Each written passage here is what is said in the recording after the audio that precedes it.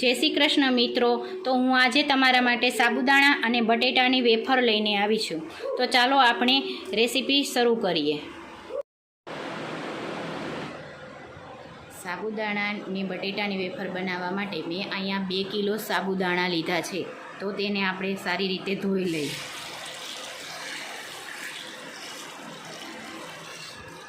સારી રીતે એને ધોવાથી એમાંથી જે સફેદ કલરનો સ્ટાર્ચ હોય છે તે નીકળી જાય તો સાબુદાણાની વેફર સરસ બને છે। હવે આપણે જેટલા સાબુદાણા લીધા છે આપણે એનું 3 ગણું પાણી લેવાનું છે। જેમ કે 1 કિલો લીધો છે તો આપણે 3 લીટર પાણી લેવાનું છે। હવે તેને આપણે આખી રાત પલાળીને રાખવાના છે।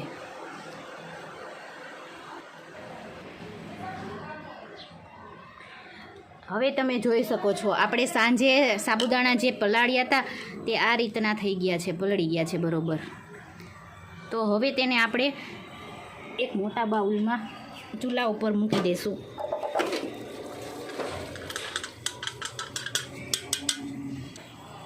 હવે આપણે એમાં પાણી નાખીશું।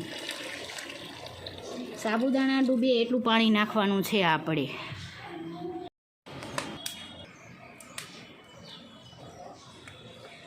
મેં આ રીતે આદુ મરચાં અને લીમડો અને જીરુંની પેસ્ટ બનાવી છે। હવે તેને આપણે સાબુદાણામાં નાખી દઈશું।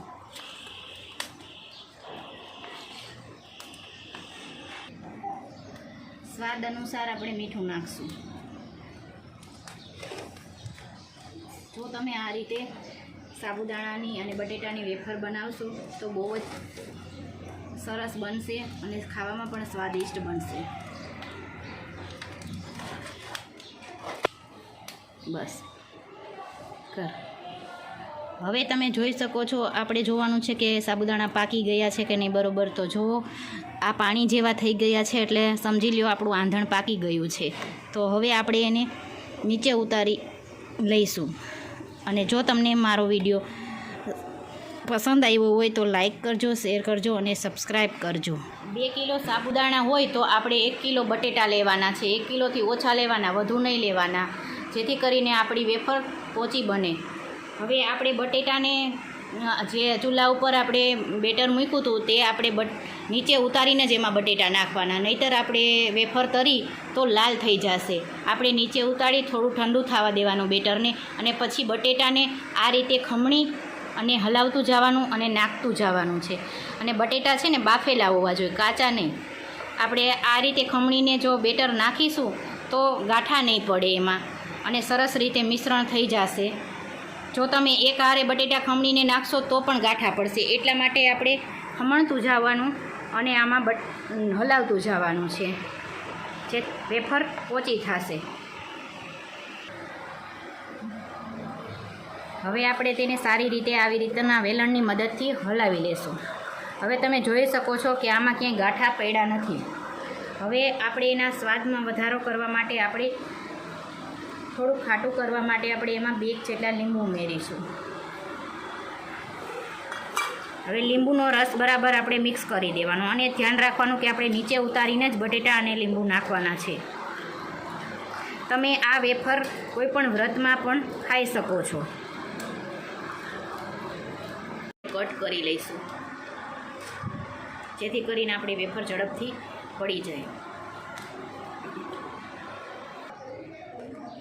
આ જાજુ કાપું દઈશ હવે લેતી પાતર। હવે આ રીતે આપણે સ્ટીક જેવી વેફર પાડીશું।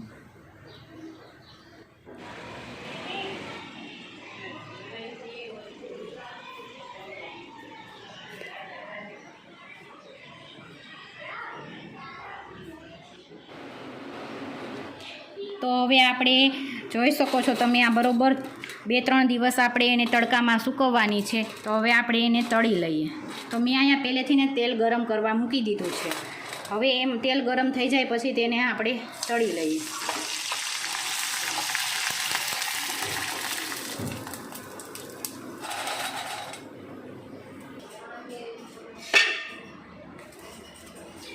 તો જોઈ શકો છો મિત્રો, આપણી વેફર કેવી સરસ ક્રન્ચી બની છે.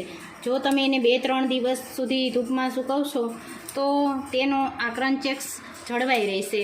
અને જો તમે એને 1 જ દિવસમાં તમે લઈ લેશો તો આ સાબુદાણા છે આપણા બરાબર સુકાઈ ગયેલા નહીં હોય તો આપણે ખાઈએ ને તો તેને આપણે કાચો સ્વાદ આવે છે. એટલે 2-3 દિવસ આપણે એને તડકામાં સૂકવવી પડે. એટલે આ રીતે જો તમે મારી રેસીપી ફોલો કરશો તો તમારી વેફર સરસ બનશે. અને તમને જો આ રેસીપી પસંદ આવી હોય તો અમારી ચેનલને લાઈક કરો, સબસ્ક્રાઈબ કરો અને શેર કરો. Thank you.